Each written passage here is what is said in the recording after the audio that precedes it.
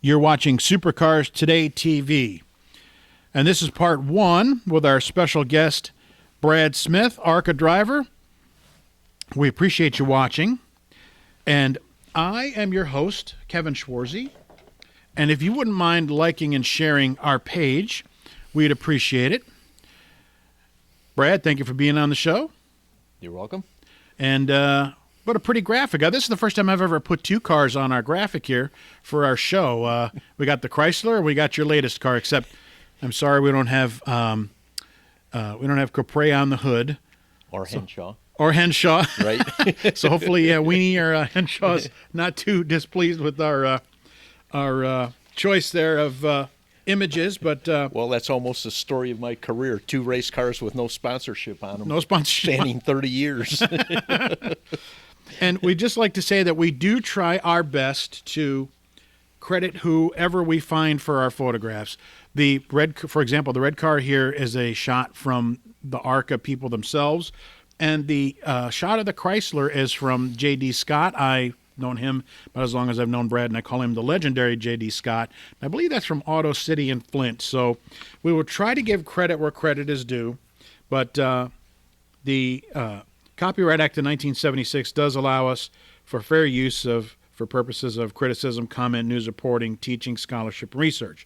So we will do our best to try to give proper credit where credit is due, but we're going to focus on our guest here, and that is Brad Smith of Shelby Township, Michigan. And I guess that's a good segue into how you grew up, what was going on, what kind of house you grew up in. Well, I think I grew up in a normal middle-class house,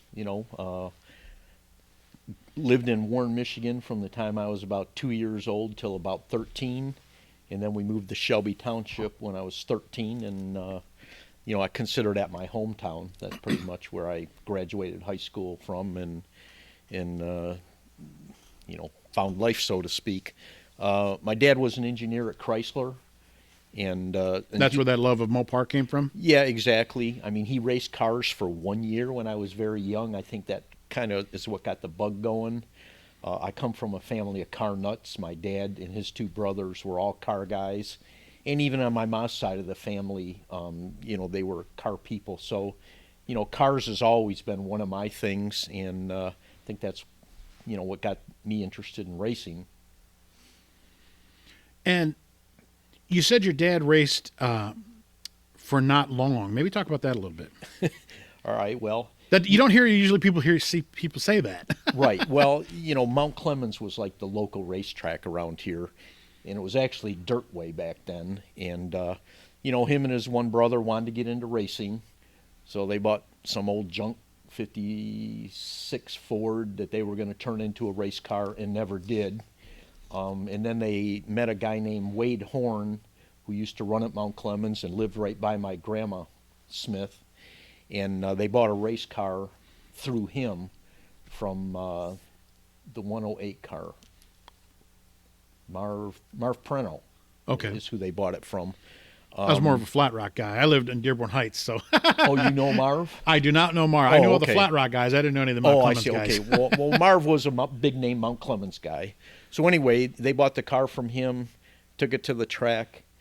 I think they set the record for the slowest lap at Mount Clemens. They were new. Might as well be known for something, right? I mean, they were new to it just like we all are at one point.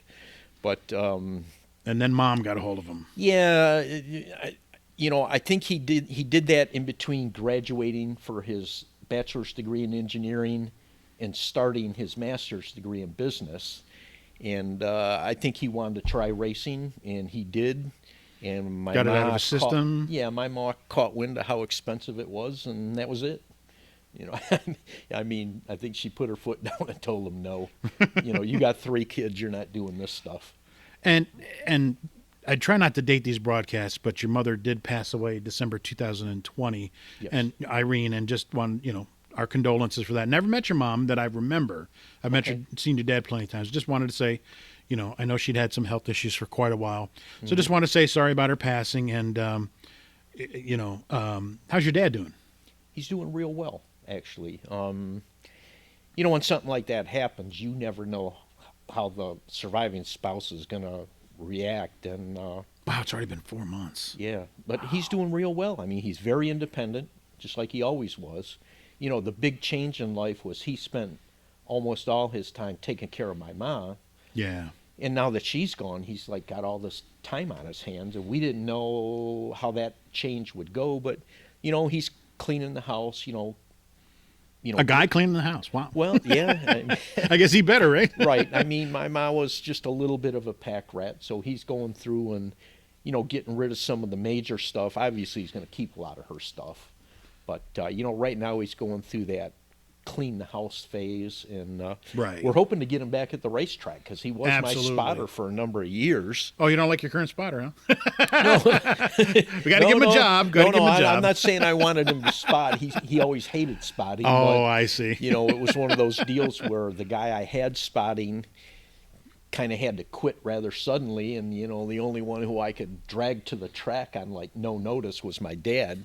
And he actually hated spotting because he hated being responsible for what was going on. Right. So he was the spotter. And then when my ma, she was a real bad diabetic, and when she started having a lot of low blood sugar Can't take those chances of being away. I mean, he that's pretty much when he dedicated to just being home with her all the time. Good guy. Good Yep. guy. Well, thank you, folks, for watching Supercars Today TV. We'd like you to like our page and share if you like that segue. And any questions, please email us at scttv91@gmail.com. If you'd like to help us financially, 248-688-1234, or PayPal at kevydwight@gmail.com. We'll have a graphic up for that later. And hit that bell up in the corner to get the latest notifications on our latest broadcasts. And our first shameless plug, like the late, great Rush Limbaugh would say, is wrote a book on Richard Petty about 10 years ago.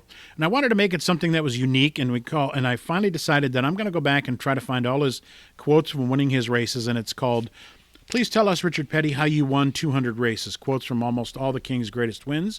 It's almost 100 pages, full color. It's got all of his race-winning stats, who finished second, margin of victory, number of cars entered, all those different things. It's only $9.95 plus $3.95 shipping and handling. If you'd like to get volume discounts, please let us know. And again, thanks for tuning in. We have our special guest, Brad Smith, here in part 1. And how about I just segue into another commercial? What do you think? Sure. Because you like Joy Fair, Oh, absolutely. Who doesn't like Joy Fair here in the Detroit Joey area? Fair showed me how bad of a race car driver I was. Well, no offense, but he did that with most people. Yeah, but he really did it to me. Well, in this book, Joy does all the telling. Mm-hmm. And we wrote this is what got HIE Publishing started in the book publishing business.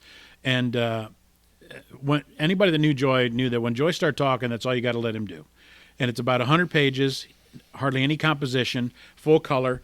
The tag on the bottom says $9. We need to get that reprinted if anybody's eyesight's that good. It is actually $9.95, $3.95 shipping and handling. You can order it off of eBay. You can order it off of our Facebook page, Joy Fair, an American racing legend. Again, if you want to do volume discounts, let us know. And we are here with our driver, our guest driver, Brad Smith. Full disclosure, I'm Brad's PR guy. I've been doing it for almost 5 years now. My gosh, 5 years. Wow. It doesn't seem like you put up with me for 5 years, and I put up with you 5 years. Wow, 5 years. And I'm so used to saying driver Brad Smith because all of Brad's social media addresses are at driver Brad Smith. So, which is a good, I should have put that in the graphic up there, at driver Brad Smith, because he's on Twitter, Facebook, and Instagram. And it was a real good stroke that we got that hashtag and got that address. And maybe talk about that run-in with Joy. I didn't know you knew Joy that well. I didn't know him that well, but our very first race car was one that, we saw at the Detroit Auto Show. We bought it. We brought it home. We hung a Dodge body on it, took off the Camaro body that was on it, and we were going to run Mount Clemens like all the local guys do. So, of course, we had no idea what we were doing. My brother and I were just as clueless as my dad when he set the record for the slowest lap at Mount Clemens. I think I've got the second slowest lap there. We took the car to the track on literally the last day of the season, and we unloaded from the trailer. We had problems with the trailer. We had forgot to cut out where the grill was to get air to the radiator. So needless to say, we missed all the normal practice. So we got out there with about 2 minutes to go in practice, and we were the only car on the track. And I had never been in a race car before, so I'm out there thinking I'm setting a land speed record, right? I mean, I'm just hauling, or at least I think I am. And just before I come off the track, Joey Fair comes back out. Kevin, he went by me like I was standing still. There was no doubt in the world I was not setting the land speed record. And I just thought, oh boy, I got a long way to go. Well, And then, of course, we got into ARCA the next season. So I never even raced at Mount Clemens. I got about 3 practice laps in there, and that was it. Well, again, good segue into your time at the Buck Baker Driving School. Oh, okay. Apparently you felt you needed a little more experience. Yeah, and I forget where I saw it. Somebody said it probably either in Stock Car Racing or Circle Track Magazine, where they said, hey, if you want to get into racing, we strongly suggest you spend the money and go to a driving school. And, of course, you know, when you're young and you ain't got no money, you think, oh, I can't afford that. But it sounded like good sound advice. But then I can't afford not to either. Right. So, and it really was good advice, because I signed up for Buck Baker's school, and I think it was only about $1,200, and I think nowadays those things are more like about $3,000 or so. If not more, yeah. Yeah, but anyway, I went down there and got taught a few of the basics. Probably the most important thing was I got to understand how a stock car on a big track should at least feel. You know what I mean? They naturally turn left. Yeah. Yeah. The very first car my brother and I set up kind of would go straight or even want to turn right a little bit. Why am I having a hard time getting the car through the corner? We didn't quite understand how caster worked in steering a car, but because I had sat in a car at Buck Baker's school, I knew what it should feel like. So after getting in a fist fight or two with my brother over it, we being you the older one, right? You can listen to me. There you go. You know, it was a good learning process. And the second thing was, there was only 3 of us in the class, but I was actually good on the track. And I heard Buck took a liking to you. He did. Buck was a pretty cantankerous old dude. No offense to any Buck Baker fans, but he's pretty well known for his temper and his really rough edge. He was, but I tell you what, at the time he was getting up there in age, and his son Randy was the one pretty much running the show. Buck would just sit back in his lawn chair and kind of watch what was going on. And one of the things they do at driving schools, if you get too fast or too aggressive, they flag you off the track and talk to you. So I probably was going a little faster than they wanted, so they brought me in, and it was either Randy or one of the instructors came in and said, hey, you know, tone it down. And old Buck walked up, and he just said, you know, I think the boy knows what he's doing, and walked away. 2-time Cup champion. Yeah, and you know, people ask you what one of your racing highlights is. That was one of them. That was one of them. Yeah, absolutely. I mean, it was worth the $1,200 Yeah. because I was determined to come back. Could you say that again on a tape recorder or something? Yeah. Here's another book that we wrote at HIE Publishing, is the Complete Statistical Informational Photographic History of the ARCA Truck Series. It's no longer around, but at one time ARCA did have I don't know, what would you call Rangers and S10s? The small trucks. Small trucks. Yeah. I guess I never knew what to call them. We always called ourselves the Truck Series when I was with the series.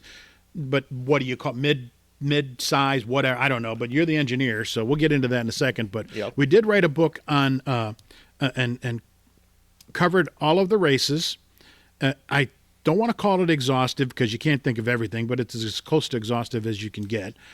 Series creator Jim Clark did the introduction, and Mike Hewer and Tom Cumbo did the forward. They were the former series directors between Lincoln Welders and the ARCA Truck Series.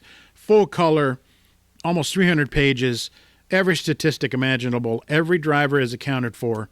It's only $19.95, normally $24.95, and $5.95 shipping handling. And it is a spiral bound book, because when you do books with what's called perfect binding, or you glue the ends, you lose that little bit of edge. You lose that little bit of, whatever. I wanted the book to lay flat for easy reference. So, Oh, I thought you meant for simple illegal copying. well, that's one of the risks I figured I'd take. Is like, well, it's the old saying, choose your pain. I figured I'd go that way, but you can email us here at scttv91@gmail.com or hiepublishing.com if you'd like a copy of that. And again, we have our special guest, Brad Smith, ARCA driver, you were one of only, I believe it's 4 drivers that have started an ARCA race in 5 different decades. I think that makes me old. well, Very old. well, or seasoned. Well, seasoned, yeah, that's the polite word. Well, you can't. Well, we all joke around about how stupid race car drivers are, but Brad, you have, I believe it's 1 master's and 2 bachelors. Mm-hmm. So maybe talk about that a little bit. Well, you can't be that dumb. yeah, I can. You just said five decades of it. No, I mean, I grew up in a family where my grandmother was a school teacher, so obviously education was a big thing. Growing up, it was never a matter of, am I going to go to college or not? It was always just a matter of, what college am I going to go to? And, unfortunately, I got married very young and, wound up going to community college and then to finish up at Walsh College for my first bachelor's. And then when you're in the auto industry, which I've been in all my career, they're big on education also. The good thing about it is they do put their money where their mouth is and they pay for it. So, my bachelor's was paid for, right. My bachelor's was paid for by Chrysler and my master's by Ford. So. And the master's is in what? Business administration. And so why did you go with business administration?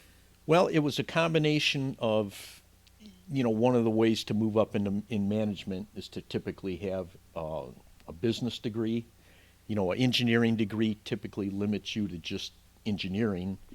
And my specialty was cost estimating, which sometimes it's under finance, sometimes it's under purchasing, sometimes it's under engineering.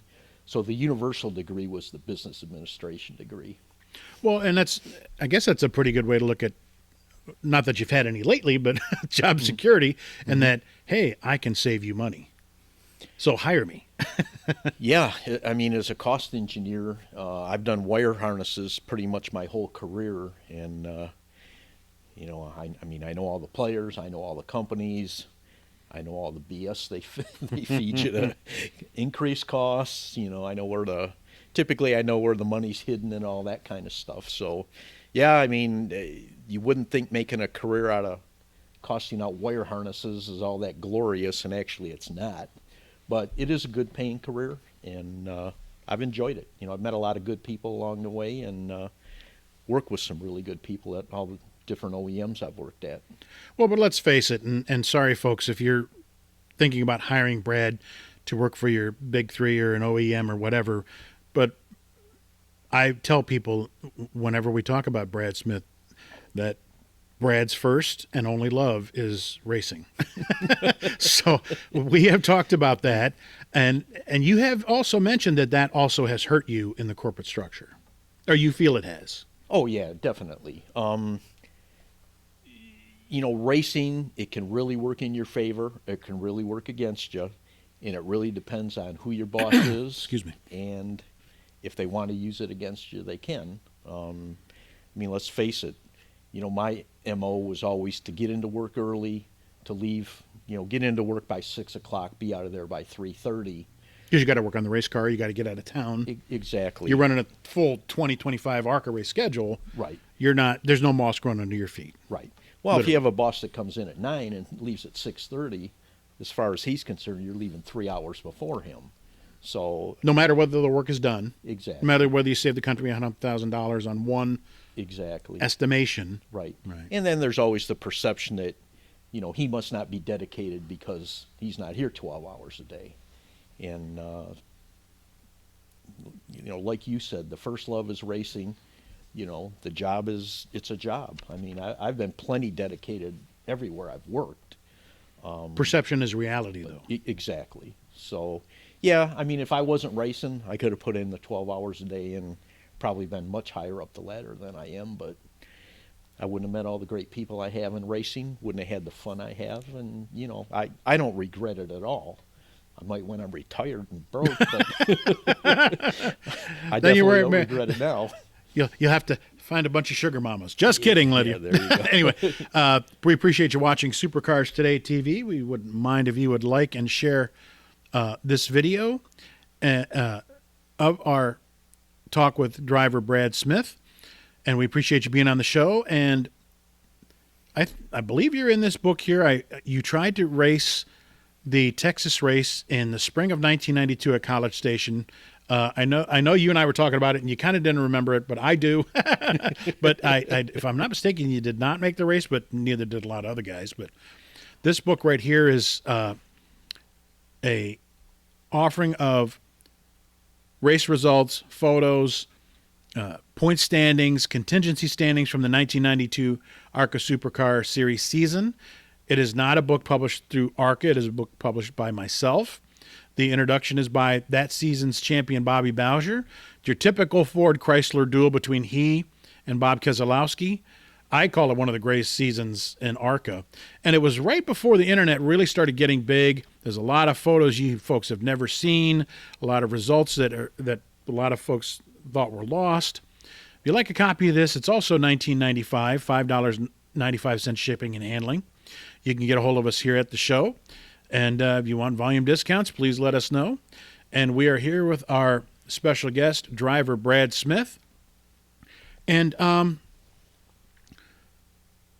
you and I had talked about what you wanted out of your career when you first started. And you kind of took away my thunder when you said there are no regrets. But is there anything Jack Bowser said it once. Of course there's things that I've done differently. But looking back, is there anything that maybe you'd have done differently or where you thought you might be by now? Well, obviously, when anybody gets into a series like ARCA, which, let's face it, at the time, it was pretty much a feeder up to NASCAR. We thought we were going to get into ARCA. We had the Petty car. We thought we were going to get a sponsor pretty quick, do fairly well, and move up. And it never really happened. I mean, we've had one sponsor our whole career. And, you're pretty familiar with that deal. It wasn't big money, and it didn't last real long because, the expectations of the sponsor were that we win races. And we will talk about that in the next segment. Yeah, but the money to win races just wasn't there. So, the only regret is that things didn't work out a little better. But like I said, the memories are there. We've met great people. We've gone to places we never would have gone had we not raced. So, no regrets. Just wish we'd have had another trophy or two in our mantle. Well, we appreciate you being on part one, Brad. Will you stick around for the show and tell segment of this program? Absolutely. Perfect. Folks, thanks for tuning in here. Please like and share our page and tune back in to part two of show and tell. And also keep an eye out for some special giveaways here in the next segment of the program, signed by Brad himself. Thanks, Brad. You're welcome, sir.